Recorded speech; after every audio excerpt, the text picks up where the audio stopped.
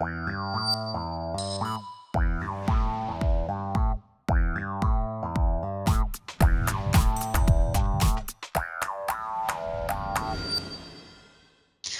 donc je vais profiter de ces petites minutes pour accueillir encore d'autres personnes, pour vous présenter donc notre université Paris-Dauphine PSL pour celles et ceux qui ne nous connaîtraient pas. Voilà, notre université est avant tout un grand établissement créé il y a plus de 50 ans dans le champ des sciences de l'organisation et de la décision. Nous avons pour expertise historique la gestion, le management, l'économie, le droit, la sociologie, l'informatique, mais également les maths appliquées et le journalisme, puisque nous avons dans nos murs l'Institut pratique de journalisme. Et nous sommes également, depuis maintenant plusieurs années, membre de PSL, Paris Sciences Lettres, qui compte 11 établissements prestigieux, parmi lesquels le Collège de France, l'École des Mines, que vous connaissez, l'Institut Curie, l'École normale supérieure, et puis nous avons aussi le soutien du CNRS.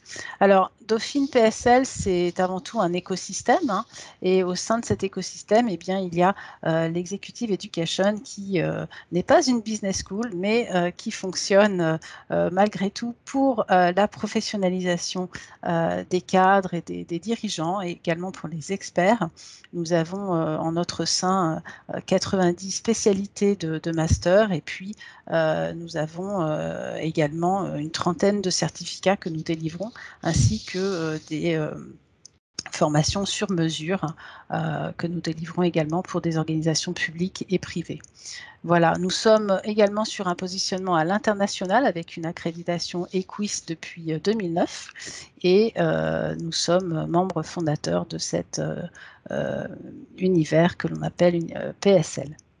Alors aujourd'hui, nous avons le plaisir effectivement d'accueillir avec nous Vincent Cespedes, qui est un intervenant particulièrement complet et atypique, si je puis dire. Vincent, vous êtes un philosophe et essayiste français. Entre l'intime et le politique, votre pensée s'organise autour de trois axes: la création de sens, la quête de l'efficience interpersonnelle et la critique sociale. Vous êtes particulièrement apprécié des médias pour vos positions franches et vos idées novatrices. Vous intervenez également dans de nombreux débats sur la citoyenneté, la prospective, l'amélioration des organisations et des pratiques professionnelles. Vous intervenez tant dans le monde hospitalier qu'en entreprise et pour les grandes écoles, les institutions et les associations. Vous avez créé le concept de cybermodernité, auquel vous avez consacré un livre. Le monde est flou, l'avenir des intelligences. Et nous, ce qui nous a tenu particulièrement à cœur, c'est que vous êtes l'un des rares philosophes à vous exprimer sur les questions de stratégie. Et c'est l'une des raisons pour laquelle nous avons souhaité vous faire intervenir ce soir. Notre département porte en effet ce parcours certifiant novateur également, en partenariat avec l'École de guerre, dédié à la pensée stratégique, à l'action stratégique et au leadership, qui s'ouvrira donc en octobre prochain pour celles et ceux qui seraient intéressés. Je vais laisser la parole à Farid Benmalek vous en dire davantage avant d'intervenir vous-même. Farid? Oui, Edwige. Alors, moi, je voudrais juste rajouter un petit mot sur la présentation de Vincent, puisque Vincent, avec ses multiples casquettes, a aussi réalisé des jeux. Et, et moi, j'aime particulièrement l'application pour hacker le baccalauréat de philosophie. Je l'ai prise pour mon fils parce qu'il passe son bac de philosophie, donc je pense que ça peut lui servir. Donc, si vous avez des enfants qui passent le bac, voilà, ils peuvent hacker le bac de philosophie grâce à Vincent. Donc, un tout petit mot sur notre certificat. Donc, un certificat, en effet, qui s'appelle Stratégie, Leader et Leadership, que nous co-dirigeons, Emmanuel de Remémont, Gabriel Morin et moi, qui va réaliser en partenariat avec l'École de guerre. Et donc, il s'ouvrira à partir d'octobre prochain, sur 8 jours dans l'année. Nous aurons la chance d'accueillir 4 officiers de l'École de guerre. Donc, ce sera un mélange, un certificat innovant, car il mélange finalement le monde civil et le monde militaire. Donc n'hésitez pas, nous aurons une réunion d'information le 1er mars à 13 heures, si je ne me trompe pas, donc pour avoir de plus amples informations, ou regardez également sur le site de Dauphine. Sur ce, Vincent, je crois que je vais te laisser la parole pour que tu puisses tout de suite nous plonger dans le sujet. On attend avec impatience comme le disait Sébastien, le directeur du département, ton intervention. Je suis ravi, merci beaucoup, Edwige, Farid. Merci, je suis ravi d'être là. Est-ce qu'on m'entend bien déjà? Oui, oui. Super. Parfaitement. Bon, super. Donc, je suis ravi d'être là avec vous. J'ai un peu moins d'une demi-heure pour vous présenter un peu une vision que j'espère inspirante pour vous qui êtes dans l'organisation, dans la décision, dans l'information. La révolution de notre époque, de notre monde. Donc, on fera une première partie diagnostic et puis une deuxième partie centrée sur la stratégie proprement dite et une définition aussi, une redéfinition de la stratégie. Donc, je pense que dans l'ensemble du cursus, ça peut faire résonner pas mal de concepts que vous avez vus ou que vous pratiquez. Je vous avais mentionné mon avant-dernier livre, Le monde est flou, l'avenir de l'intelligence, qui est paru chez Plon en 2021, et qui est un livre vraiment de description de notre état du monde, avec un point de vue qui est pour moi très important, c'est-à-dire le point de vue du futur. J'appelle ça de la philosophiction, mélange de science-fiction et de philosophie. Et il faut savoir que ce procédé-là est utilisé maintenant pour des storytelling stratégiques au plus haut niveau, où on demande non pas à des prospectivistes de décrire le monde à venir, mais on demande à des scénaristes d'inventer l'ininventable, de penser ce qu'on n'avait pas pensé. Et donc, la stratégie pour appréhender maintenant le futur est différente par rapport à une quinzaine d'années. C'est plutôt d'essayer de mettre en place des narrations étonnantes, surprenantes, en utilisant bien sûr le matériau du présent, mais pas simplement statistique en poussant les curseurs d'aujourd'hui. On demande à des scénaristes de scénariser selon la matière que l'on va investiguer, de scénariser par exemple le monde quand l'eau va manquer ou l'après-pétrole, quel que soit le secteur envisagé, ou la cosmétique pour des grands groupes, quel que soit le secteur envisagé, on demande à des écrivains de science-fiction de délirer sur le domaine. Alors c'est important parce que cette évolution de l'analyse prospective qui va, de la science un peu plus dure, des statistiques, des analyses quantitatives, etc., va carrément passer le pas de la sociologie, des analyses sociologiques, du témoignage des acteurs dans un secteur ciblé, pour aller vers la narration et l'auteur de science-fiction. Et c'est ce que j'ai essayé de faire aussi en philosophie. Alors, dans ce livre, et tout ce que je vais dire résonnera avec cet avant-dernier livre, dans ce livre, j'analyse un futur très éloigné de notre époque, et ce futur va commencer à se pencher sur l'origine du chaos que ce futur reçoit. Et l'origine du chaos, eh bien, c'est cette époque charnière que nous vivons aujourd'hui, les années... Attendez, je vais enlever des choses, quitter. L'origine du problème que rencontre le futur se situe dans les années 2008-2022, on va dire. Donc exactement notre époque. Et donc, si je résume, c'est le futur et les historiens du futur et les philosophes du futur qui analysent notre période actuelle. On appelle ça dans le jargon de la rétroprospective. Et c'est, à mon avis, très fécond, en tout cas moi je l'ai expérimenté, c'est très fécond d'essayer de penser l'époque à partir du futur. Voilà, à partir du futur, que diraient nos descendants, que diraient les historiens du futur de notre période actuelle? Je ne suis pas l'inventeur de ce procédé. Un autre philosophe dont on va peut-être parler, Pierre Thuillier, avait fait ce procédé dans les années 94-95. Le livre, un gros livre, s'appelait La Grande Implosion, et c'était pareil, c'était le futur qui jugeait l'effondrement de l'Occident, qui commencerait, selon Pierre Thuillier, en 95. Voilà, donc j'ai utilisé ce procédé pour parler d'intelligence artificielle et plus généralement pour faire un diagnostic de la situation actuelle en me laissant la possibilité de délirer un peu, et vous allez voir que c'est un délire assez construit quand même, de délirer un peu l'époque, et non pas d'être dans le désir de j'aimerais bien que ça aille vers, mais d'être dans le délire. Cette distinction, dialectique entre une pensée désirante et une pensée délirante, je l'ai Je l'ai formalisé dans un gros livre chez Flammarion en 2003 qui s'appelle « Je t'aime, une autre politique de l'amour », où je pars d'un postulat délirant sur l'amour et non pas d'un postulat désirant. En fait, j'ai l'impression qu'on peut résumer la stratégie subtile dont on aura besoin pour demain dans cette guerre du flou que je vais vous dépeindre maintenant. On pourrait résumer comme ça: nous passons du désir au délire. Nous passons d'une analyse avec des choses positivement que l'on aimerait avoir, qui suscitent de la convoitise, qui suscitent du calcul, qui suscitent des stratégies d'appropriation, à quelque chose où on va essayer de comprendre d'un point de vue délirant ce qui se passe. Et évidemment, ça sera plutôt une logique de la catastrophe possible, de la rupture de stratégie, et des choses qui, si on ne délire pas, n'entrent même pas dans notre façon d'appréhender le présent. Je résume très simplement, il est beaucoup plus pertinent dans un monde de plus en plus flou, et je vais essayer de vous démontrer en quoi le monde est flou de plus en plus, il est beaucoup plus pertinent d'avoir une réflexion sur les failles possibles du système, sur l'effondrement possible des systèmes de productivité ou de création de sens, plutôt que positivement essayer de construire le monde souhaitable, le monde désirable, le monde parfait.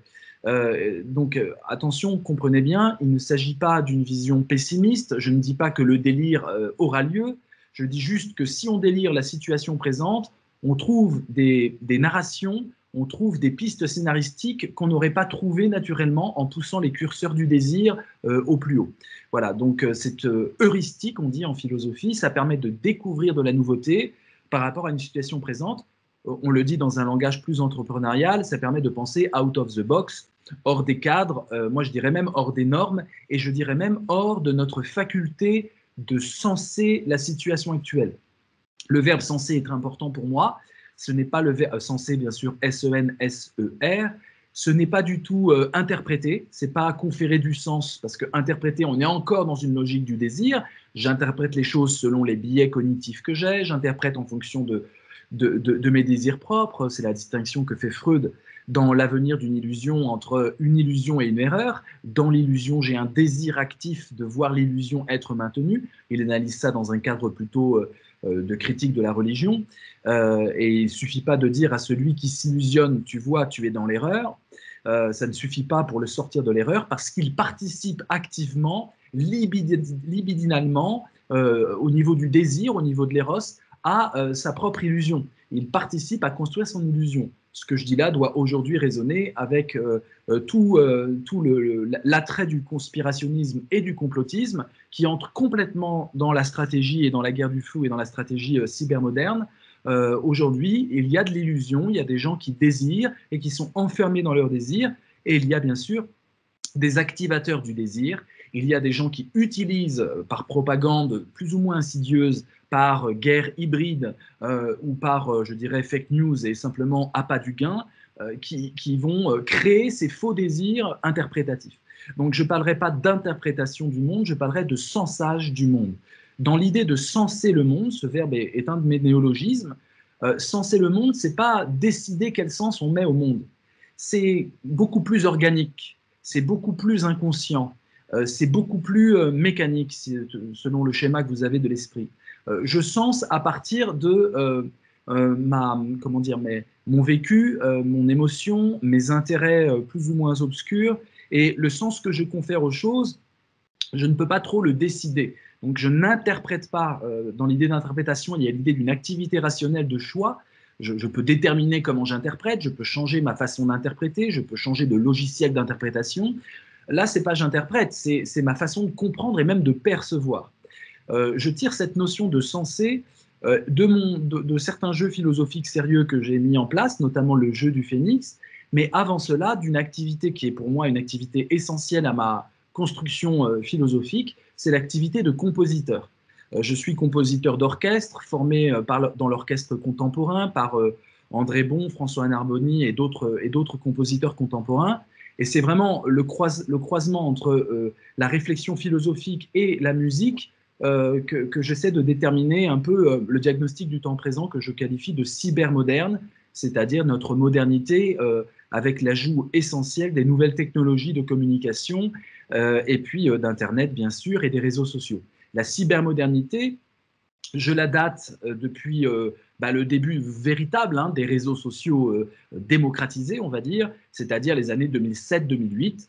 Voilà, quand on parlait de Web 2.0, quand on avait l'arrivée des blogs et quand les consommateurs de l'Internet pouvaient devenir des producteurs de contenu véritablement. Donc, autour de 2007-2008, s'est joué profondément une révolution dont on peine encore à voir les conséquences aujourd'hui, à analyser les conséquences aujourd'hui, une révolution que d'aucuns qualifient d'anthropologique.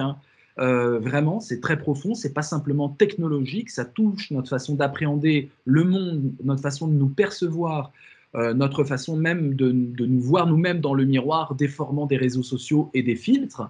Je parlais avec une amie qui travaille dans la cosmétique et qui montrait comment les filtres sur Instagram changent totalement la perception qu'ont certaines jeunes filles de leur propre image. Évidemment, ça a une incidence directe sur l'industrie de la cosmétique. Donc c'est intéressant parce que la cybermodernité, c'est ça.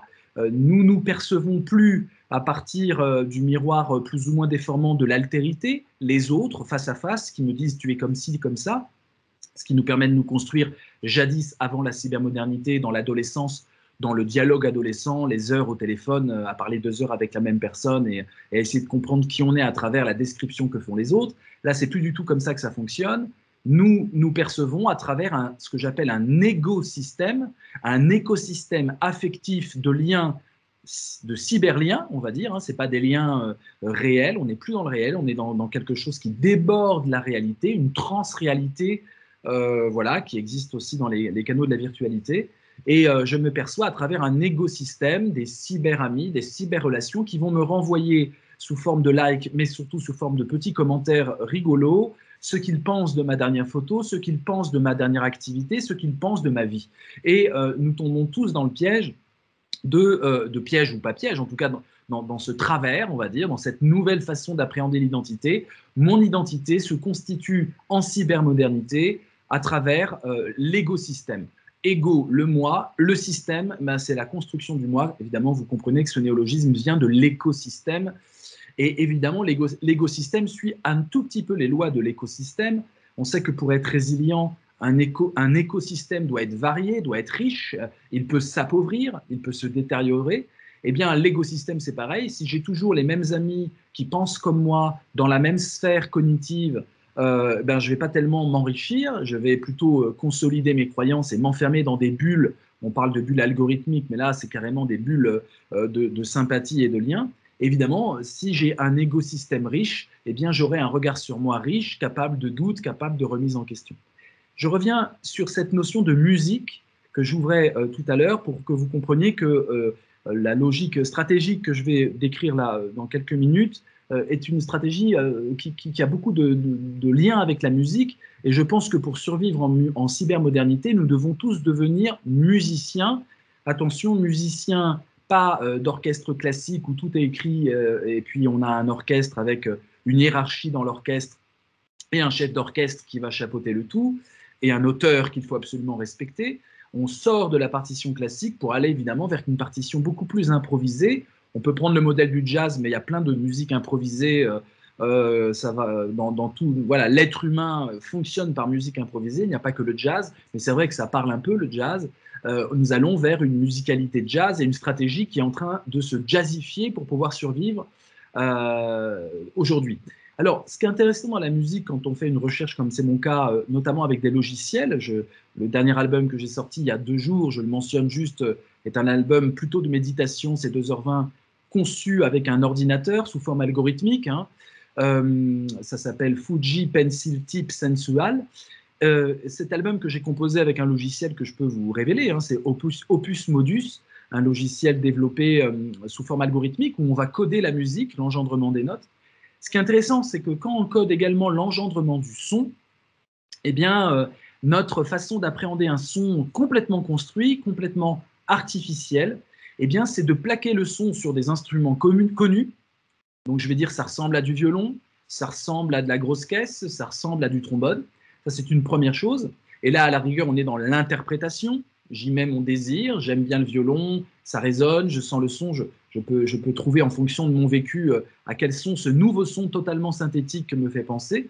Mais plus fondamentalement, et ça c'est les études de Jean-Claude Risset, qui est quelqu'un que j'aime beaucoup, un théoricien de la musique, compositeur et théoricien de la musique, Jean-Claude Risset montre que, en fait, plus profondément que reconnaître un instrument qui existe, nous reconnaissons une situation d'engendrement du son. C'est-à-dire que si j'entends un son qui va commencer par quelque chose d'explosif suivi d'une grande résonance d'écho, je ne peux pas m'empêcher d'imaginer qu'on a tapé sur quelque chose, que physiquement, je tape et donc j'entends un son percussif et j'ai l'impression d'entendre de la percussion, même si dans le son, rien n'a été frappé par personne et qu'on a affaire à un son artificiel. Donc c'est très intéressant, c'est que là, on voit ce que j'entends par sensage. Ce n'est pas de l'interprétation, c'est du sensage. Il y a une perversion de mon appareil auditif qui va ramener tout ce que je vais entendre, tout ce que mon oreille va capter, à des actions dans le monde concret. Et je ne peux pas m'empêcher de ça.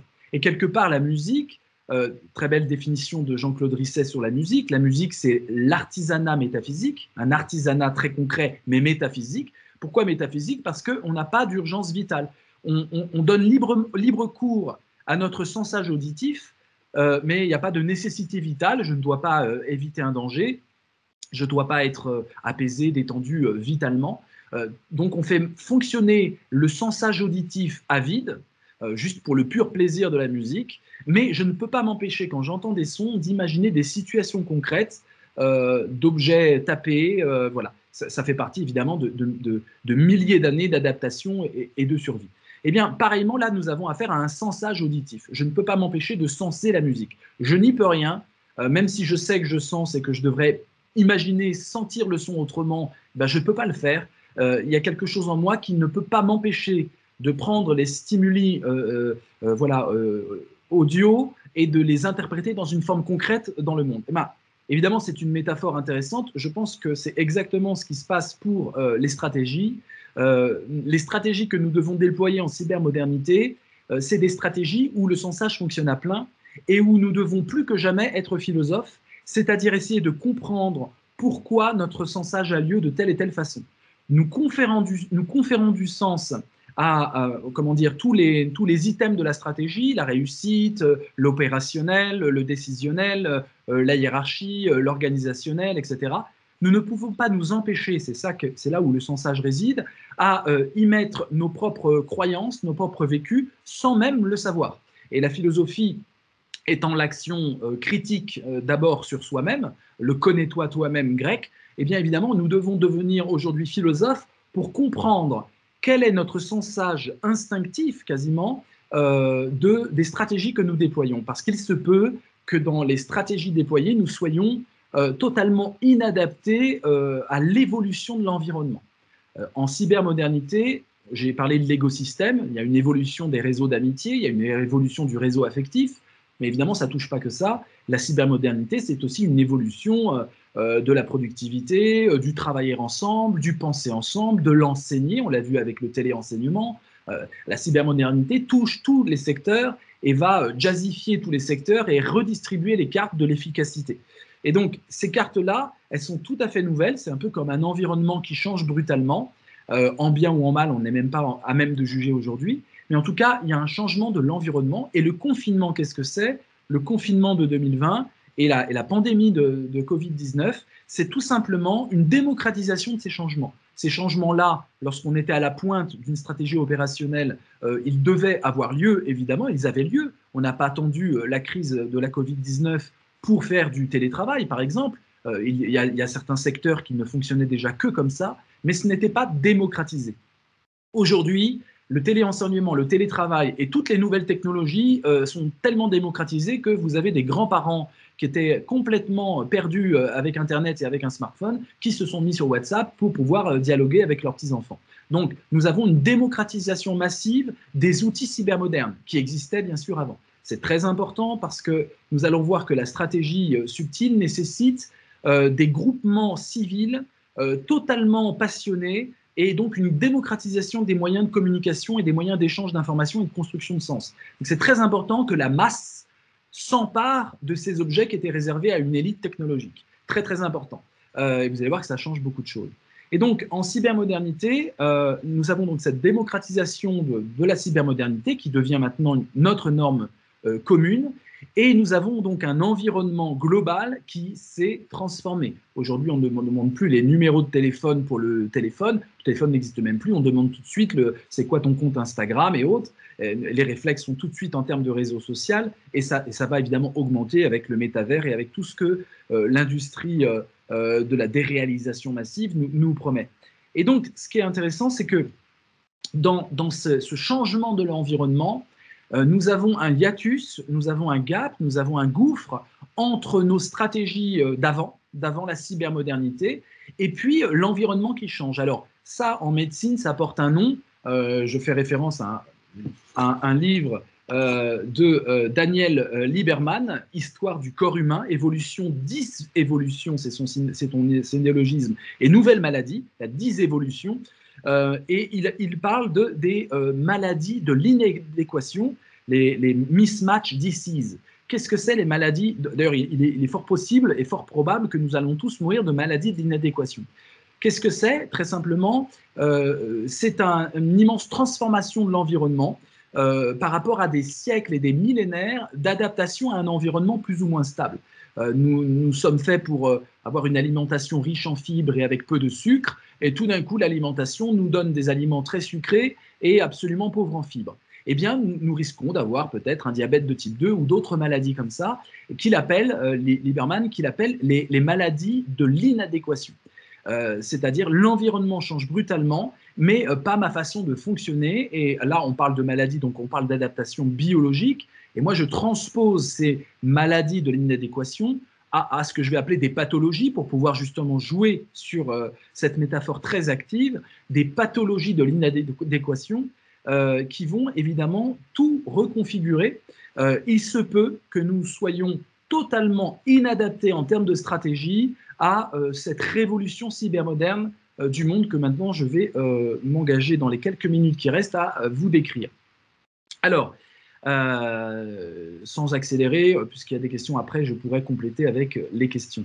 En 3-4 minutes, qu'est-ce que c'est la cybermodernité en termes de stratégie?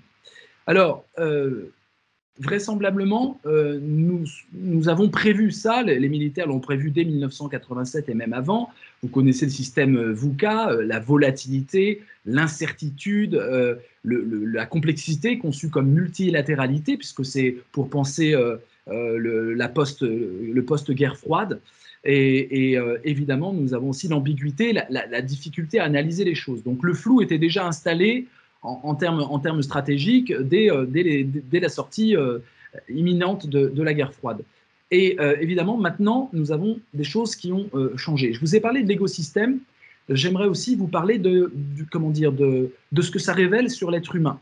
Dans cybermodernité, tout devient flou. En fait, tout devient ce que c'est. Le monde est flou, c'est pas du tout une nouveauté. Le monde est flou par essence, mais simplement on l'avait oublié. Nous avions un système de normes, un système de paires de lunettes idéologiques, culturelles, civilisationnelles, qui nous permet de calmer le flou du monde. Je rappelle qu'au niveau de la survie, le flou est un danger absolu. Il faut voir clair, il faut même anticiper ce que l'on peut voir. Et donc, c'est la précision de la vision, la netteté de la vision et la rapidité de la vision qui nous permettent de survivre. Donc, autant vous dire, la fameuse phrase syndicale, quand c'est flou, c'est qu'il y a un loup, voilà, c'est qu'il y a un danger qui est tapis dans l'ombre. Donc, nous avions, jusqu'à la cybermodernité, tout un corpus civilisationnel, hein, ça touche tous les domaines, ça touche les livres, ça touche la philosophie, ça touche la science, un paradigme, hein, tout simplement, un paradigme qui nous permettait de réduire au maximum le flou du monde, avec un désavantage énorme. Un avantage énorme, c'est que ça fonctionnait bien et qu'on était à peu près homogène. Une culture, une civilisation était à peu près homogène dans son traitement du flou, traitement d'un flou qui est, encore une fois, la réalité elle-même. Hein, c'est pas nouveau, le flou n'est pas nouveau. Ce qui est nouveau, c'est qu'aujourd'hui, cette machine à traiter le flou qui était très hiérarchique, c'était plutôt les élites qui nous donnaient les paires de lunettes, hein, si je dois parler comme ça. La culture, c'était les élites culturelles, les élites politiques qui décidaient des paires de lunettes que nous allons prendre pour transformer le flou en certitude. Tout ça, avec la cybermodernité, avec les réseaux sociaux, a volé totalement en éclats. Aujourd'hui, les paires de lunettes grandes se sont émiettées. N'importe qui est capable d'amener sur sa narration et de la plébisciter et d'avoir et d'avoir un vrai engouement autour. On parle souvent des platistes, hein, ceux qui ont pour théorie conspirationniste qu'on nous ment puisque la Terre est plate. Ça va très très loin. Il y en a qui rigolent et puis il y en a qui rigolent pas du tout. Ça crée de la communauté et c'est imbriqué dans des écosystèmes qui fait que les gens sont absolument convaincus. Et avec toutes les théories alternatives, notamment concernant la Covid-19, vous voyez bien que ça a des conséquences directement politiques. On peut boycotter des produits parce que justement, tout d'un coup, quelqu'un raconte une narration sur un lait, par exemple d'une grande firme, et tout d'un coup, le Maroc décide, les Marocains connectés à Internet décident de boycotter ce lait. Enfin bref, on sait très bien qu'aujourd'hui, c'est très volatile. Et donc, ce qui est intéressant, c'est que l'enjeu stratégique, c'est l'enjeu d'une construction de paires de lunettes qui puissent fonctionner. Et je finis là-dessus, je m'arrêterai là, mais dans cette frustration, mais on va évidemment discuter. Aujourd'hui, ce qui se passe, c'est que les grandes paires de lunettes ne sont plus là. Les paires de lunettes se sont émiettées. Nous avons donc un monde qui est beaucoup plus proche de la réalité, un monde fluide, un monde translucide, flou, c'est-à-dire qu'on voit quand même des formes, mais on ne peut pas cerner les contours, et donc une explosion des frontières. C'est le monde du trans. Toutes les frontières explosent, et évidemment, les deux attitudes fondamentales et totalement antinomiques sont les suivantes. Soit nous allons vouloir récupérer ces frontières-là dans une logique conservatrice, passéiste, qui, à mon sens, et c'est encore la vieille stratégie, soit nous allons devoir manœuvrer dans cet éclatement de frontières, et ça nécessite une stratégie en perpétuelle réadaptation qui touche bien sûr la décision, mais qui se colle à notre capacité de sensage individuelle, et donc qui est capable de toucher le culturel. Au bout du compte, si je dois résumer en une phrase pour ouvrir le dialogue avec vous et essayer de respecter le timing, aujourd'hui la stratégie va devenir totalement culturelle. Et c'est en termes culturels qu'il faut la penser. Culturelle parce que c'est en fonction de l'imprégnation de certaines valeurs, de certaines normes, de certaines fake news également, de certaines propagandes, que nous allons pouvoir agir sur les décisions et les choix des concitoyens.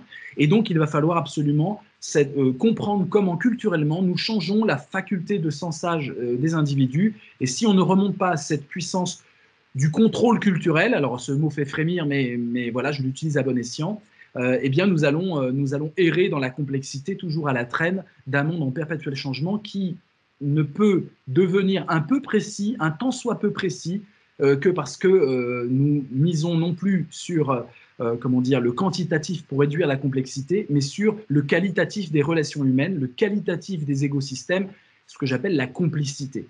Plus le monde devient complexe, ce qui est le cas, flou et complexe, plus nous avons besoin de soigner la complicité pour pouvoir manœuvrer humainement dans ce monde, c'est-à-dire soigner les relations humaines. Et quoi de mieux que la culture pour fédérer nos façons de senser le monde et nos façons d'agir dans ce monde.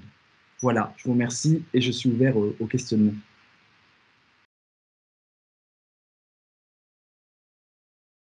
Alors,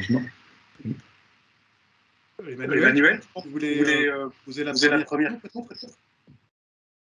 Je vais peut-être laisser Gabriel. Je suis à titre personnel interpellé par effectivement la vision de Vincent, mais j'avais envie de réagir parce que en disant, d'après ce que vous dites, Vincent, que c'est une démocratisation de ces questions-là. Mais justement, est-ce que vous ne considérez pas que dans ce monde encore plus complexe, on pourrait débattre de ça d'ailleurs, mais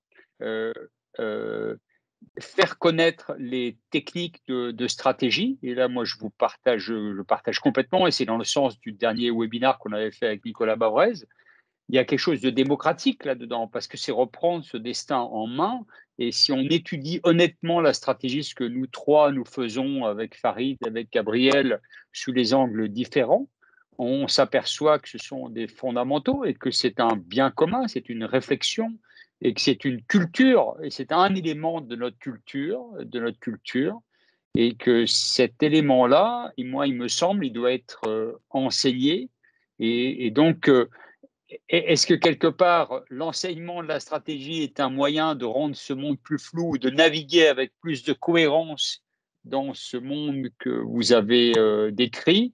Et surtout, ce que je trouve très intéressant dans le mot que vous aviez annoncé, c'est que ça nous oblige, à travers la stratégie, il y a ce thème de l'ouverture des possibles, c'est-à-dire que ça nous ouvre de la liberté d'action, ça nous ouvre des choses, ça nous oblige. Et quelque part, plus c'est incertain, et venant d'un monde militaire, et de ce monde qui a été confronté à ça, pour réduire l'incertitude, il faut réfléchir et il faut poser. Donc, voilà, c'est à la fois un commentaire et une question pour voir si vous considérez que ce qu'on fait et ce qu'on va faire ensemble, parce que j'ai l'impression que c'est le début d'une discussion, parce que ça amène. Est-ce que ça va dans la. Est-ce qu'on n'est pas là dans quelque chose sur lequel il faut effectivement, là aussi, réveiller les consciences? Très bien, oui, très bonne remarque, merci. Justement, ça permet de préciser une chose. Alors oui, l'enseignement de la stratégie, oui. Je pense qu'en cybermodernité, et ça j'analyse ça sous l'étiquette de ce que j'appelle l'éducation complice, être complice avec celui auquel j'enseigne, apprendre de l'apprenant, c'est des recettes qui étaient très prisées dans les années 68-70, mais qui n'ont finalement très peu été appliquées. Je pense que ça passe par l'expérimentation. Je pense que dans justement ce flou, cette stratégie qui doit devenir translucide, qui doit à la fois être livrée comme telle et à la fois maintenir des zones d'opacité pour pouvoir être efficace. En fait, ce que je veux dire précisément, c'est que la stratégie dans un milieu de plus en plus flou, elle est forcément floue elle-même. C'est pas du tout un jeu de mots. C'est-à-dire que quelqu'un qui aurait une claire vision de la stratégie, donc qui serait capable de l'enseigner comme un sachant, c'est quelqu'un qui serait toujours un métro de retard. Il faut l'expérimenter, et dans l'acte même de la pédagogie, me semble-t-il, il faut expérimenter avec les élèves, avec les disciples, avec les autres. Créer plus un laboratoire où l'enseignant va, et c'est ce que vous voulez faire, j'imagine, va participer et va découvrir avec ses élèves, voilà la complicité éducative, plutôt que quelque chose évidemment de l'ordre de l'écrit. Le mot important qui vient d'être prononcé, c'est réduire l'incertitude. Moi, mon postulat, c'est que justement, il faut accepter le flou du monde. On l'a combattu pendant des millénaires, et aujourd'hui, une stratégie translucide, c'est une stratégie qui fait de l'incertitude une alliée. Alors, qu'est-ce que ça veut dire? C'est extrêmement compliqué quand il s'agit de coordonner des actions et de chercher une efficience. Et en fait, l'incertitude, alors pour le coup, c'est la démarche philosophique par essence, c'est de pouvoir faire du doute quelque chose de fécond. Encore faut-il que le doute reste doute, et encore faut-il que ce point d'interrogation dans ce que l'on va apporter soit facteur de créativité. L'exemple du jazz, et je finirai là-dessus, l'exemple du jazz est très parlant. Les jazzman, quand ils font un bœuf, ne cherchent pas du tout à réduire l'incertitude pour être opérationnel, c'est-à-dire pour provoquer de la beauté, de l'émotion et un sentiment extrêmement fort, puisque le but de leur stratégie, parce que je vois très bien l'orchestre de jazz comme une stratégie déployée avec des acteurs professionnels, voilà, c'est pas un champ de bataille, mais ça peut l'être. Eh bien, la stratégie d'ensemble, c'est de produire le maximum de beauté et un souvenir inoubliable, ce qui est intéressant. C'est pas du tout réduire l'incertitude, c'est encadrer l'incertitude, amener les zones d'incertitude là où on veut qu'elles soient, mais ne pas vouloir du tout les réduire. Ça veut dire quoi? Ça veut dire miser sur l'incertitude pour produire une efficacité qui du coup va être humaine et que j'appellerais volontiers une efficience. Distinction de l'efficacité et de l'efficience, et ça résonne beaucoup avec les préoccupations écologiques de l'époque. L'efficacité, c'est parvenir aux fins, quels que soient les moyens, ou en tout cas en essayant de réduire les moyens, mais les moyens sont déployés et ils sont très précis, il n'y a pas du tout de flou dans les moyens déployés. L'efficience, c'est faire attention aux moyens que l'on déploie, pas parce qu'on a besoin d'être vertueux et de faire du greenwashing, on fait attention aux moyens qu'on déploie parce que les moyens influencent la fin. Et voilà le flou, exactement le flou. Les moyens que je déploie pour atteindre mon objectif vont transformer l'objectif lui-même. Et cette mise en abîme, cette sorte de métastratégie, c'est la démarche philosophique elle-même. On pourrait presque définir la philosophie comme ça. La philosophie, c'est la réflexion qui pense à un objet en sachant qu'elle va aussi transformer la réflexion elle-même. C'est la réflexion qui se réfléchit elle-même, c'est la pensée qui s'autocritique elle-même dans l'acte même de penser, quel que soit son objet. Et voilà pourquoi je pense qu'il y a une révolution à amener, même dans notre façon d'aborder le parler de la stratégie. Le flou fait partie de l'arsenal, fait partie de la panoplie, et le flou déployé, voilà, qu'est-ce que ça veut dire? Les vraies questions, elles sont, selon moi, qu'est-ce que ça veut dire d'agir, de coordonner du flou, d'organiser du flou, d'agir dans le flou, d'utiliser le flou, de canaliser le flou. On le voit, juste une petite parenthèse, juste avec le système des startups et des grosses boîtes, on voit que c'est ce que ça déploie, c'est-à-dire quelque part une sorte de stratégie d'innovation ouverte. Ne pas être les premiers, parce qu'il y a beaucoup d'erreurs quand on est leader et qu'on essaye de faire des choses nouvelles, on risque de se tromper, mais être juste derrière les premiers. Les premiers sont tout petits, ils vont faire plein d'erreurs, c'est la recherche et développement gratuite, ils n'appartiennent pas à la grosse boîte, mais on est juste derrière, évidemment prêt à les récupérer pour une double raison. Je les récupère, ce qui permettra de développer un business s'il y a une rupture stratégique d'ampleur que je dois absolument pas louper, donc je reste derrière eux, pour évidemment développer ce qu'ils vont trouver comme nouvelles solutions après plein d'erreurs, mais évidemment, je peux aussi les récupérer pour les freiner et contrôler la concurrence possible. Donc voilà pour moi comment l'incertitude doit incorporer la stratégie aujourd'hui. Est-ce que Farid ou Gabriel, vous souhaitez poursuivre? Moi, j'avais une question après. Mais... Vous m'entendez bien, c'est bon? Oui. Il y a Justine Mouton qui demande à rentrer dans la réunion. Eh ben déjà, merci beaucoup Vincent. Donc moi, je suis maître de conférence en développement du leadership à Paris 2, mais j'interviens dans plein d'autres institutions. Alors juste 2 commentaires avant ma question. Donc je me nourris énormément de philosophie, car comme vous l'avez très bien dit Vincent, c'est une des matières les plus transformatives, les plus transformatrices, notamment pour faire tout ce qu'a dit Pierre Hadot là-dessus. Et je me nourris aussi beaucoup de concepts. J'ai beaucoup aimé tous vos concepts que vous avez développés, enfin une partie j'imagine, notamment l'écosystème. Voilà, moi je me nourris beaucoup de la pensée de Deleuze.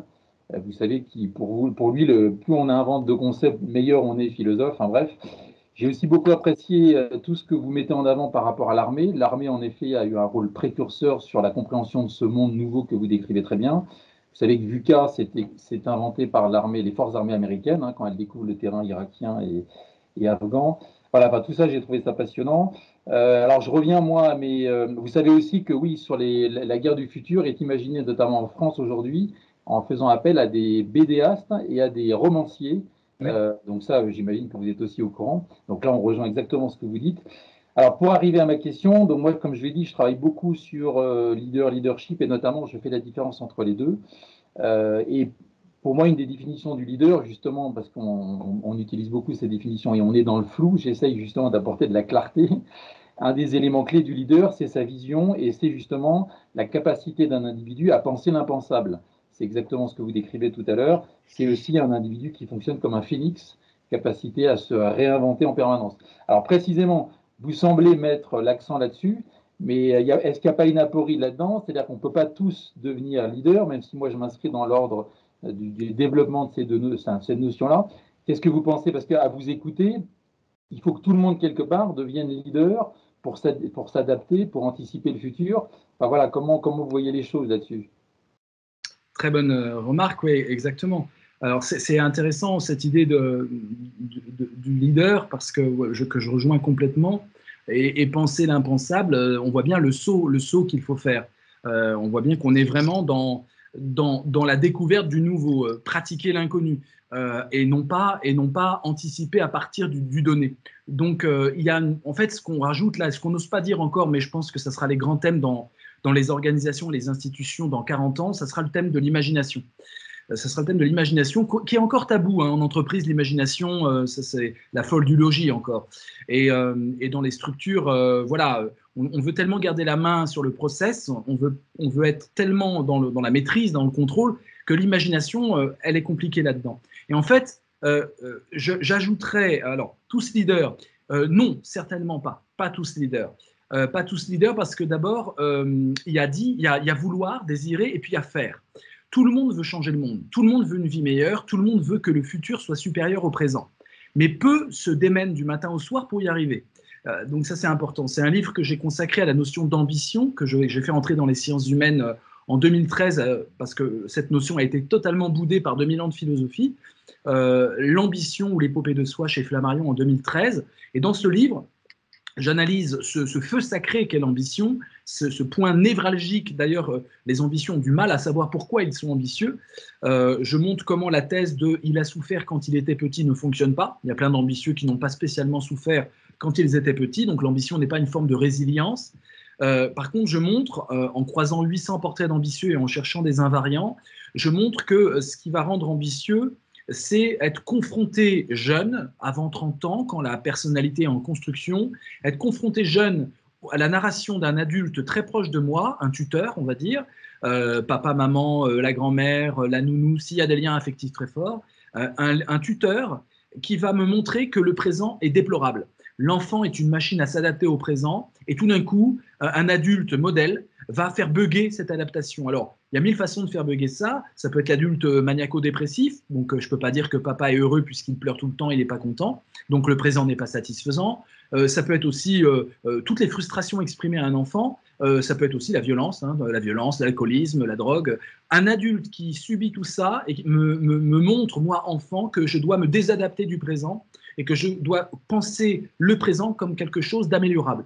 Et ça, dans mon livre, j'analyse, c'est grosso modo, le chiffre n'est pas scientifique, mais ça donne un ordre d'idée, c'est 10% de la population. C'est 10% de la population. Les êtres humains ne sont pas faits pour être leaders. On le voit très bien, quand il s'agit vraiment de prendre une décision, en général, ça ne fonctionne pas comme ça. Nietzsche le dit en des termes, Nietzsche qui est un fin psychologue, le dit en des termes absolument péjoratifs, parce que ce n'est pas du tout un démocrate. Nietzsche le dit, l'être humain est un animal de troupeau. Bon, c'est un peu bestial, et moi je ne mettrai aucun accent péjoratif à l'idée que la plupart des gens sont là pour suivre des leaders. Moi je trouve qu'on peut avoir une vie épanouie, riche de sens, à ne pas être leader, mais à être proche du tourbillon ambitionnel d'un leader. Ça donne du sens à la vie que de se dire qu'on appartient à une aventure épique, même si je ne suis pas au centre de cette aventure. Y participer, c'est déjà gagner du sens dans la vie. Dire que je vais agir pas pour satisfaire mon ego et mon individualité, mais pour quelque chose de supérieur, un projet, un but, voir quelqu'un qui peut incarner tout ça. Et donc, ce qui est important, c'est de voir que l'être humain est excessivement fait pour être passionné, d'appartenir à une aventure, même si un leader peut être à l'origine de ce tourbillon-là. Donc je trouve qu'il faut, aujourd'hui on a quand même une narration avec les réseaux sociaux, la presse people et les trains de vie des stars, on a quand même une narration qui vante on est tous leaders, devient le maître du monde, les jeux vidéo, on est tous leaders dans un jeu vidéo, c'est toujours le joueur qui sauve le monde. Donc le narratif est encore dans l'idée que tout le monde doit accéder au leadership. Et je pense qu'il y a une pédagogie d'ensemble à donner en disant la vie peut avoir du sens si on n'est pas leader, mais si on participe à un destin ambitionnel, à un tourbillon ambitionnel. Voilà ce que j'appelle le vortex, le tourbillon de l'ambition. L'ambition, c'est toujours faire le tour. D'ailleurs, le mot étymologiquement d'ambition vient de tourner en rond. Hein. Ambire, tourner en rond. Ambitio, c'est la tournée, au sens de tournée électorale. L'ambitieux, c'est celui qui a des rêves et qui va tourner en rond sur la place du marché, sur le forum de Rome, qui va tourner en rond pour fédérer des followers. À l'époque, ils étaient en toge et ils suivaient vraiment l'ambitieux derrière lui. Aujourd'hui, voilà, il va influencer et il va dire « suivez-moi, on va transformer le monde ». Donc ça, c'est pour vraiment répondre à cette idée de tous leaders. Le paradoxe aujourd'hui, qui est une dissociation presque éthique, cognitive, mais surtout éthique, c'est que toute la publicité, dès qu'on touche la stratégie, consiste à dire « vous êtes leader, devenez maître de votre vie ». Tout le coaching consiste à dire « prends le pouvoir, tu es maître de ta vie ». Alors qu'en fait, il faut dire « si tu es malheureux dans ta vie, c'est peut-être que tu n'es pas raccroché à un tourbillon ambitionnel, que ça soit le tien ou pas, en fait, peu importe ». Et je crois qu'il y a une contre-communication à mettre en place, à ringardiser l'idée que tout le monde doit, c'est Baudelaire qui disait des Américains, qui sont vraiment dans cette logique-là, c'est une logique très américaine, hein, le pionnier, go west young man, il faut conquérir l'ouest américain, donc chacun doit être un peu un ambitieux finalement. Et Baudelaire disait, l'ambition, c'est pas du tout un gros mot en Amérique, même la concierge a de l'ambition jusqu'à la gueule. Phrase très choquante et forte de Baudelaire, en disant c'est too much, ça va pas, c'est impraticable. Le mot ambition, s'il est totalement démocratisé, ne veut plus rien dire. Si tout le monde devient ambitieux, on ne peut plus fédérer d'autres, tout simplement. Donc cette logique des influenceurs, cette logique surmédiatique où c'est des nombrils en forme de siphon qui doivent absorber le maximum de choses, bah, je pense qu'on ne s'en sort pas avec celui, d'où une éducation complice qui consiste à concevoir des stratégies de hiérarchie éphémères. Donc oui à la hiérarchie, Oui, d'autant plus si elle est éphémère. Et on le voit par exemple, je vous donnerai juste cet exemple-là, dans la construction d'un film. Qu'est-ce que c'est un film? J'ai pu participer à des grosses productions dans une autre vie en tant que cascadeur. Eh bien, un film, très simplement, un film, c'est une hiérarchie absolument stricte. On rigole pas du tout. Il y a le réalisateur qui décide, il y a les choix, etc. Et cette hiérarchie, elle est éphémère, elle n'est pas ancrée dans des statuts, dans des médailles, dans des individualités. C'est le temps d'un film, c'est-à-dire 1 mois ou 2 mois de tournage, extrêmement fixe, extrêmement rigide, extrêmement indiscutable, mais décidé à la base par tout le monde. Et donc, je crois que c'est la stratégie de demain. Formons la hiérarchie la plus stricte du monde, la plus militaire du monde, au sens le plus archaïque du terme, à condition qu'on décide tout en amont et qu'elle peut évidemment évoluer en chemin. Et donc, il y a des systèmes critiques à l'intérieur. Mais je crois vraiment dans cette idée de hiérarchie éphémère, exactement comme le concert de jazz. Vous savez, un concert de jazz, il y a un chef de bande. Hein, c'est très, très sérieux. Hein, c'est pas croire que chacun fait ce qu'il veut. Mais c'est éphémère. C'est le temps d'un concert pour produire cette efficience attendue. Merci, Vincent. Je parle peut-être trop vite, hein, vous me dites. Hein. Alors, j'avais normalement personnellement également une question à te poser, mais comme je vois qu'il n'y a plus que 5 minutes restantes dans cette réunion, peut-être que si quelqu'un dans la salle avait une question à poser, moi j'ai la chance de pouvoir en poser régulièrement à Vincent, donc je laisse la primeur à la salle. Si quelqu'un souhaite poser une question à Vincent dans le chat.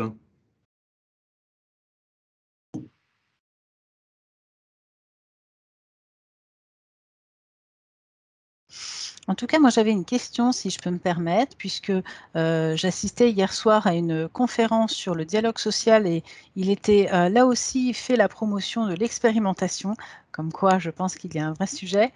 Simplement dans un monde de multinationales et voilà, de systèmes de gouvernance mondialisés, moi je me pose la question de comment on peut défendre l'expérimentation à travers les stratégies que l'on présente à des actionnaires ou voilà, où on peut avoir des systèmes d'entreprise où parfois, malheureusement, on raisonne à court terme, mais pas forcément pour les raisons que vous évoquez, qui serait l'adaptation à un monde VUCA.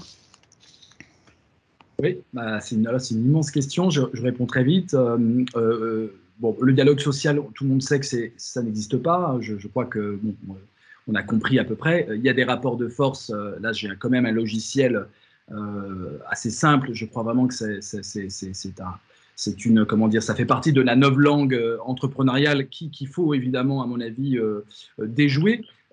Par contre, ce qui est sûr, c'est que l'expérimentation, ceux qui expérimentent et qui ont les moyens d'expérimenter, c'est-à-dire de sortir du process pour être plus dans l'éditorial et dans la narration à écrire à plusieurs, c'est-à-dire la capacité à improviser, et c'est-à-dire surtout la capacité à faire des pilotes, comme on parle dans le jargon audiovisuel. Un pilote, c'est on essaye de faire une émission nouvelle, on la teste, ça coûte du temps, ça coûte du talent, ça coûte du budget, mais peut-être que ça débouchera sur une erreur, avec cette logique un peu des informaticiens, fail fast. Si tu dois fail, si tu dois te tromper, tu as le droit, tu testes, mais fais-le vite, ne nous fais pas perdre de temps. Et donc, je pense que l'expérimentation, c'est cette capacité à faire des pilotes et à tester des choses, c'est les grands groupes qui vont le faire.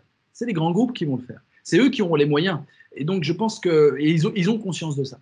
J'interviens beaucoup dans pas mal de secteurs différents. Je suis même intervenu, je suis très fier de ça, d'être le premier philosophe à être intervenu à la DGSE sur l'ambition patriote en interne. Et donc, ce qui est très intéressant, c'est que quand vous êtes face justement avec des militaires et des civils dans une logique d'efficacité où ça ne doit pas rigoler, pareil pour le secteur hospitalier où j'interviens également, notamment le milieu psychiatrique, ce qui est très intéressant, c'est qu'on voit que plus on est puissant, plus on peut expérimenter. Et plus on peut récupérer l'expérimentation des autres, c'est ce que je vous citais. Et donc les Fab Labs, les labs, tous les grands groupes ont leur Fab Lab, tous les grands groupes ont leur petite start-up prêt à récupérer ou à enlever. Et donc c'est intéressant, c'est que l'expérimentation aujourd'hui, elle doit être démocratique. Le problème, ce n'est pas tellement l'expérimentation. Tout le monde a compris qu'il fallait expérimenter. Le problème, c'est la démocratisation de l'expérimentation et la participation de tous dans ces processus de décision. Parce qu'on est tous pour la co-responsabilité, mais on n'est pas tous pour la co-décision. Et l'enjeu, à mon avis, des années à venir, c'est la co-décision. C'est sympa, l'entreprise libérée, tout ça, mais il faut, encore une fois, que des acteurs décident ensemble. Et je suis très sensible à certaines entreprises comme Officience en informatique ou d'autres, où chaque salarié, par exemple, décide de son salaire. Ils décident de leur salaire. Ah, bien sûr, ça va prendre du temps. Parce qu'il va falloir dire, moi ce mois-ci, je décide de m'augmenter de 200 € parce que j'ai fait ça. Je dois plaider ma cause. Je dois avoir des influenceurs reconnus. Tout est transparent en termes d'influence. Très intéressant, hein. Tout est transparent. Dans un monde flou, il faut être 2 fois plus transparent, hein. J'ai des influenceurs qui vont plaider ma cause et je vais devoir être devant un tribunal. Voilà. Et donc ça demande du temps. Et ça, c'est à mon avis l'avenir.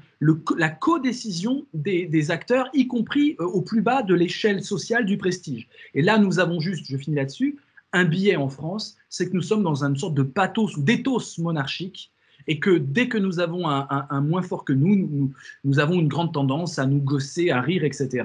Alors, les caissières des supermarchés, on a dit formidable, elles sont là pendant le Covid, mais on voit bien que ça pose problème dans le monde d'après encore, de valoriser ces métiers qui sont dévalorisés au niveau culturel. C'est pour ça que j'insiste sur le côté culturel. Il faut que nous valorisons la capacité d'une intelligence à la fois qui est en groupe et qui utilise les réseaux sociaux pour être intelligent, comme par exemple les hackathons ou comme ce qu'on développe dans les forums des réseaux sociaux. Ce que j'appelle l'intelligence connective, qui est une nouvelle forme d'intelligence. On est plusieurs réunis avec du pseudonymat, j'insiste, du pseudonymat. Je ne sais pas à qui j'ai affaire, mais je sais que c'est la même personne qui dit ça et ça. Ce n'est pas anonyme, c'est pseudonyme. Et grâce au pseudonymat, grâce à un débat démocratique, tout le monde peut co-décider. L'exemple typique, vous le savez, c'est Wikipédia, où une gamine de 16 ans peut changer un article de fond pour peu que ça soit argumenté, quels que soient les diplômes, les CV. On ne regarde pas ça.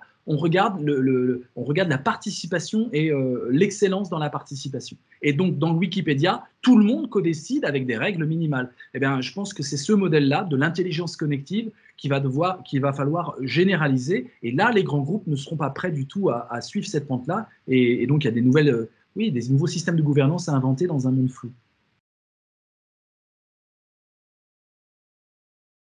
Merci Vincent. Merci. Alors, est-ce que quelqu'un souhaite poser une question avant que nous... Il y a peut-être, mais Farid, tu as une question. Moi, j'avais envie de rebondir sur un point, mais pour finir. Oui, alors moi, ma question, Vincent, donc tu la connais, hein, c'est que je suis toujours étonné dès qu'on fait quelques recherches sur des philosophes qui auraient parlé de stratégie, c'est un petit peu compliqué. Il n'y a pas grand-chose, à part Raymond Aron, que tu as cité dans ton dernier ouvrage, là, les 50 philosophes français. Mais à part Raymond Aron, voilà. Et donc la question, c'est pourquoi finalement est-ce que si peu de philosophes se sont intéressés à la question de la stratégie? Pourquoi si peu de philosophes se sont intéressés à la question de l'ambition? Parce que la philosophie, c'est l'ambition suprême, unifier le savoir et atteindre la vérité.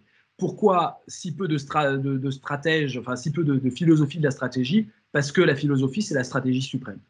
Tout simplement. Il n'y a pas de différence, en fait.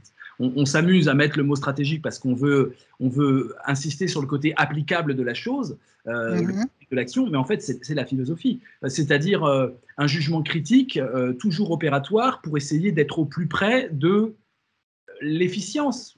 Ça peut être la vérité, ça peut être la justice, ça peut être les moyens d'action. Voilà. Donc, à partir du moment où vous avez quelqu'un qui s'empare de l'activité critique, et il fait des diagnostics, il voit le monde différemment, il dit comment il voit le monde, ce qui est quand même la base de la stratégie, c'est d'avoir une description la plus honnête possible du monde, en sachant qu'elle a des biais, cette description.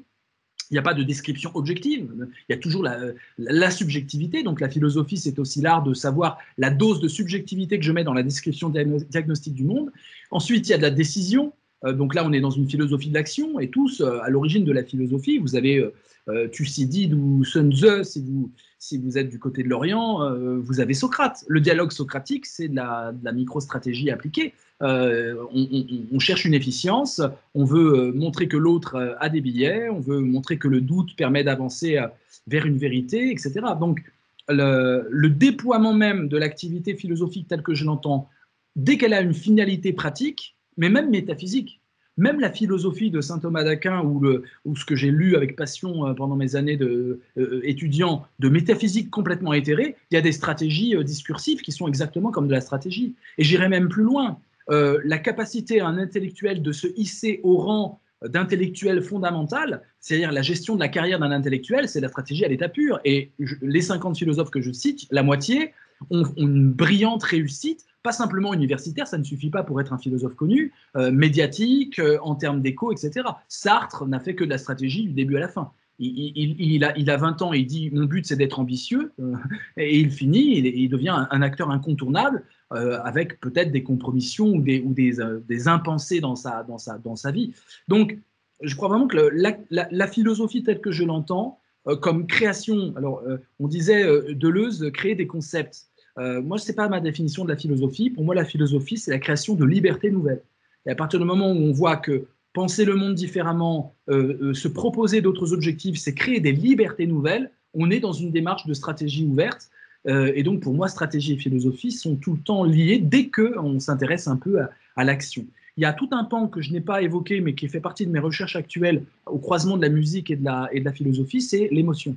Je pense que vraiment, de plus en plus, dans un monde où l'intelligence artificielle s'invite à tous les étages et où on est dans des lacs de données qu'il faut traiter, je crois vraiment qu'il y a une immense réflexion sur l'intelligence émotionnelle, la cohérence émotionnelle. Les gens vont chercher ça de plus en plus et ils seront manipulables de plus en plus avec l'émotion. On le voit sur les réseaux sociaux, l'orchestration des astro-turfing, les campagnes, les fausses campagnes ciblées, etc.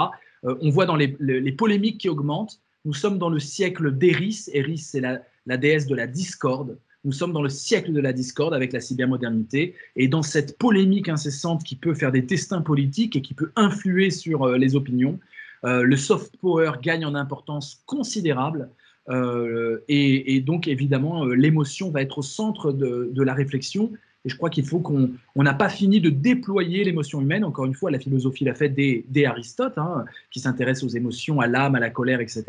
Tout le dispositif psychologique doit être aussi intégré à cette démarche de stratégie translucide. L'intelligence connective fonctionne par l'émotion, tout n'est pas qu'information. Et donc, nous passons d'une stratégie qui est très centrée sur l'information à une stratégie qui doit être culturelle, c'est-à-dire prendre l'information et y adjoindre l'émotion et comprendre comment l'émotion fonctionne. Merci Vincent. Merci. Passionnant. Edwige, est-ce que... On se donne encore 10-15 minutes si vous souhaitez. Nous n'avons pas encore eu de questions de la salle, mais n'hésitez pas à réagir ou à poursuivre vos questions.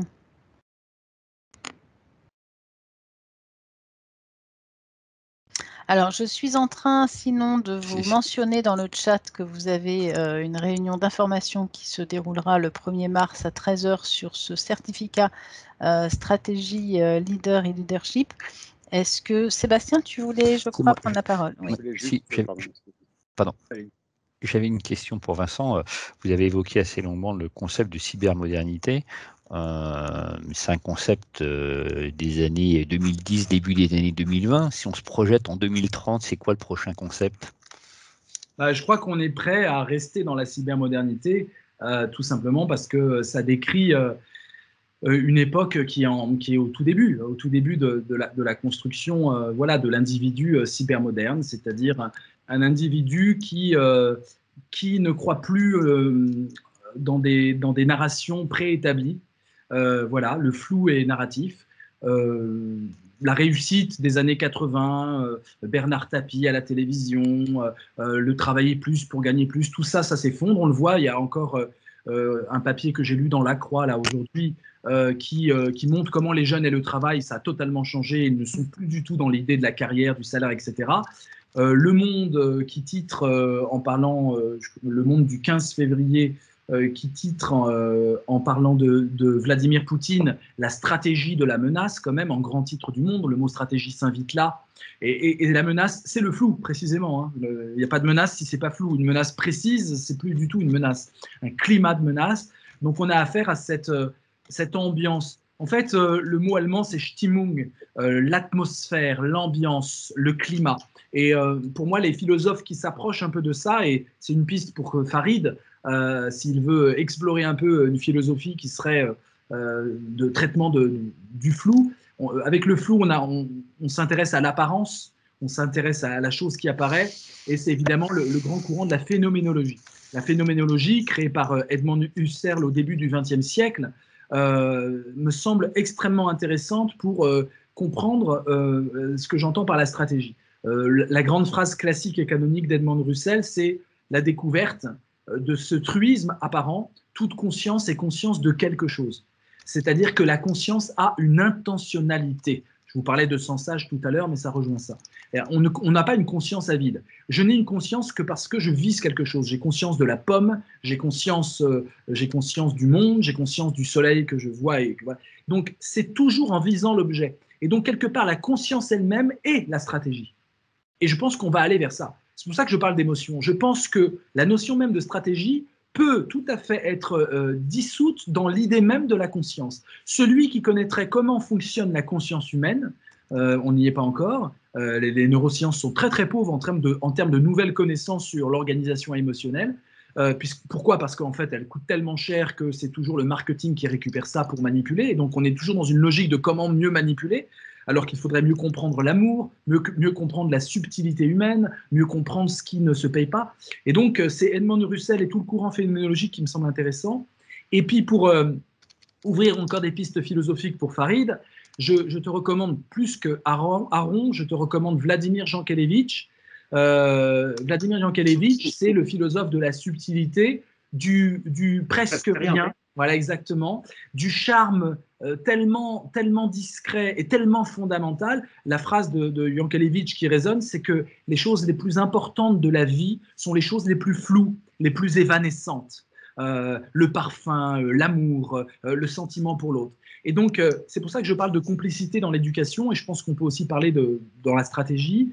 Il s'agira de créer des liens humains forts, plus de complicité, créer des liens humains forts, la complicité au sens propre du terme, c'est-à-dire nous sommes dans la même barque, c'est ça la complicité. Plica en latin, c'est le pli de l'étoffe, et con, c'est avec. Nous sommes dans les mêmes mailles du même filet. Nous sommes sur la même planète Terre. Nous sommes interdépendants.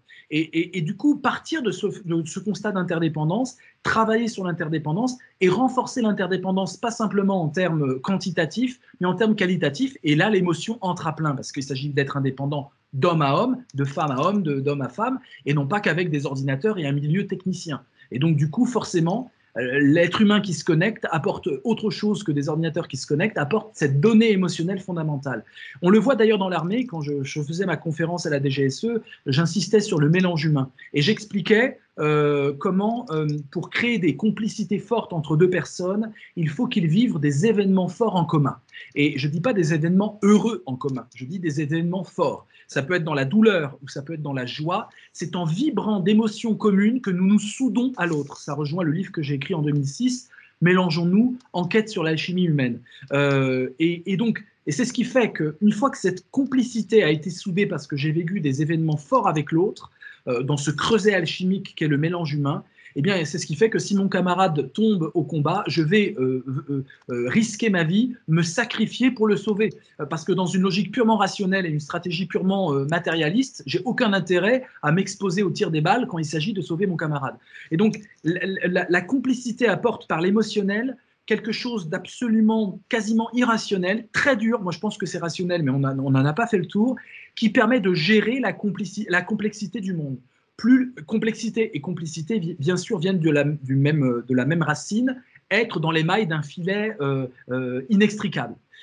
Et dans ce filet inextricable, nous devons accepter ce filet inextricable, accepter la complexité et traiter la complexité en travaillant la complicité. Et donc tout le champ qui s'ouvre dans la stratégie, me semble-t-il, c'est comment les liens humains vont pouvoir faire face aux liens des interconnexions quantitatives et purement opérationnelles. Merci Vincent. Merci.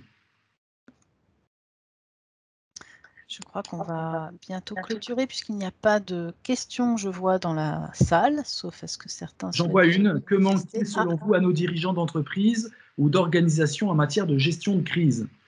Alors, je les fréquente beaucoup. C'est un public que je connais bien, les dirigeants d'entreprise. Et ce qui leur manque, c'est pas ce qui leur manque, c'est ce qu'on leur a mis dans la tête.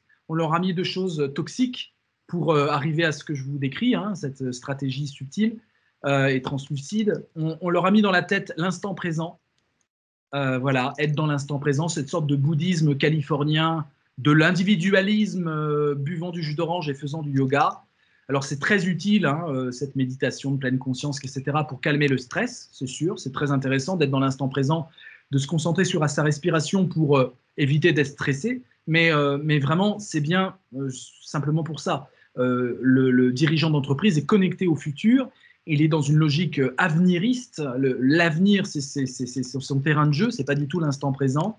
Et donc, je pense qu'il faut que le dirigeant comprenne que le sens de son action, c'est quand même de préparer un avenir meilleur pour l'humanité. Je ne dis pas pour ses petits-enfants. Voilà, pas pour ses petits-enfants. Pas du népotisme futuriste. Pas du « je sauve d'abord les miens et après moi le déluge ».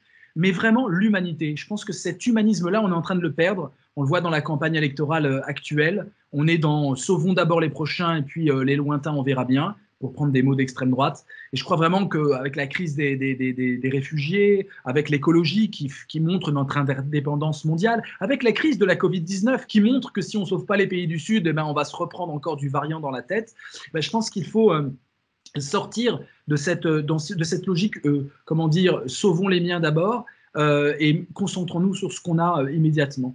Donc ça, c'est vraiment important. Deleuze, puisqu'il a été cité, définissait l'humanisme comme ça. Je dois me sentir aussi responsable de ceux qui sont à 3000 km de chez moi. C'est un rapport à l'espace qui doit changer. Et puis, la deuxième chose toxique qu'on a donnée aux dirigeants, c'est la morale, une sorte de moralisme du bien. Voilà. C'est-à-dire, toutes les valeurs qu'on affiche doivent être positives et belles, politiquement totalement correctes, alors que l'être humain, on le sait bien, ému aussi par l'égoïsme, de la jalousie, de l'envie, du narcissisme, de l'envie d'écraser. Et même Farid, qui est un très bon joueur de Go, sait très bien qu'en pleine partie, à un moment, on a envie de broyer la tête de l'adversaire. Je suis sûr que derrière son air placide, il a eu des tentations comme ça. Donc, on a donné aux dirigeants, on les a rendus hémiplégiques de l'être humain, dans leur compréhension de l'être humain. Le négatif, ils ne savent pas le traiter, ils le traitent comme une erreur. Quelqu'un est jaloux dans ma boîte, quelqu'un est envieux, c'est une erreur, il est dans le camp du mal. Alors qu'en fait, ça peut être un moteur.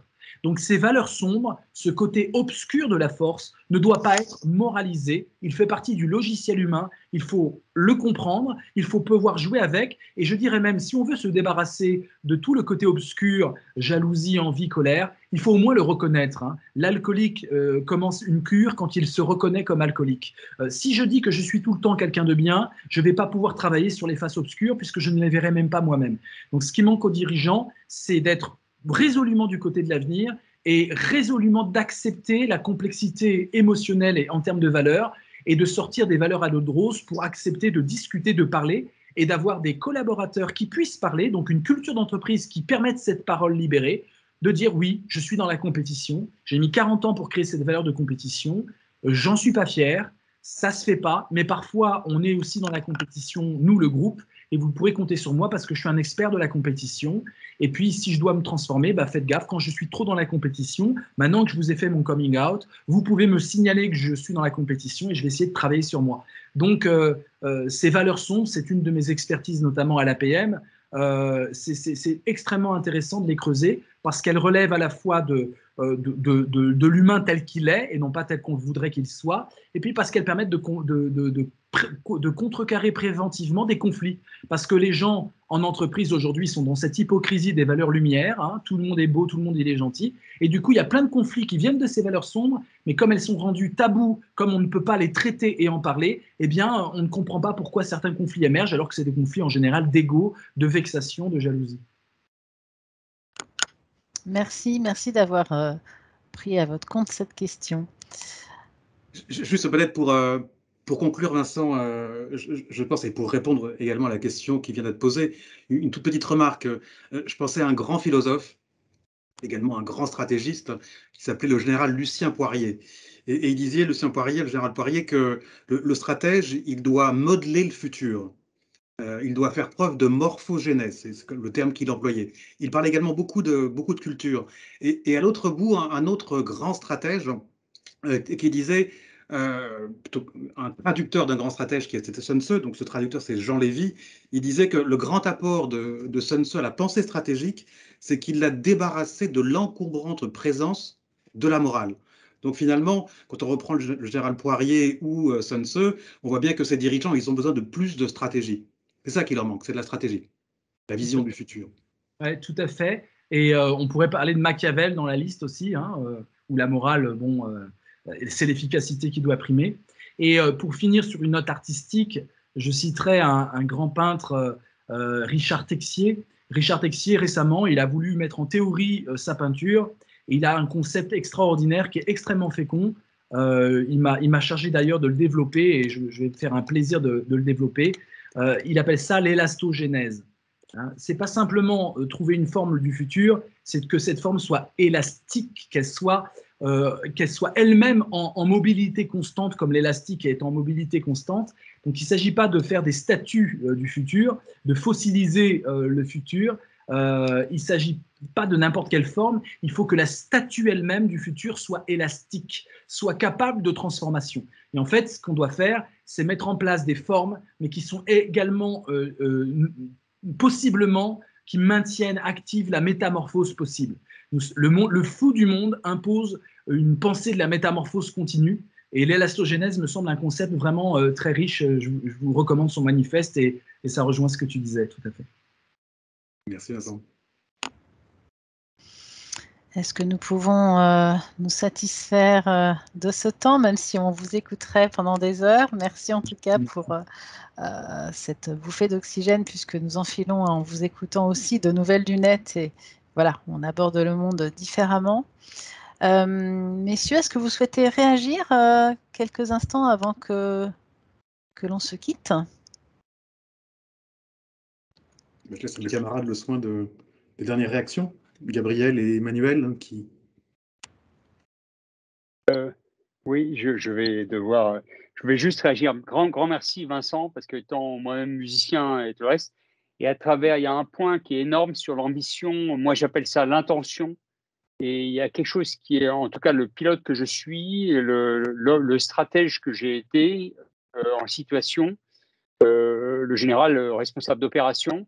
Il y a une chose qui est sûre, c'est qu'à partir du moment où je conçois et je réfléchis quelque chose, j'impacte sur le futur et j'impacte sur ce qui va se passer. Et c'est le miracle c'est là qu'on est sur quelque chose. Ayant moi-même un diplôme de méditation et neurosciences, sur lequel je pourrais on pourra discuter là-dessus parce que c'est un peu plus subtil que ça, mais la disposition intérieure, Napoléon, qui était quand même un stratège reconnu, disait « soyez dans votre hara ». Et c'est toujours la même chose, c'est ce lien entre intériorité et extériorité, ce lien entre l'intention qu'on a à l'intérieur qui s'exprime, ou l'orientation de l'intention, et ce qui se passe. Comme disait De Gaulle, on met les forces en mouvement et les problèmes se résolvent, si vous voulez. Il y a quelque chose de cet ordre-là, et en aviation de combat, en situation difficile, eh ben, c'est l'homme, c'est la disposition de l'individu, du leader, qui va impacter, qui va faire que les événements vont se dérouler de telle ou telle façon. Et c'est là où on sort de l'incertitude et que le chemin se fait, quoi. Voilà. Merci infiniment. Alors voilà, je vous ai remis quelques éléments pratiques si vous souhaitez poursuivre ce chemin vers la pensée stratégique, une réflexion sur le leadership. Voilà, notre prochaine promo se tiendra à partir du mois d'octobre et je vous invite à nous rejoindre sur notre prochaine réunion d'information qui se tiendra le 1er mars à 13 h. Merci infiniment de votre participation, de votre écoute. Et voilà, nous espérons que nous avons participer à votre propre réflexion sur ces thèmes absolument passionnants. Merci infiniment, Vincent Cespedes, d'avoir été à nos côtés ce soir et de nous avoir éclairés. Merci beaucoup.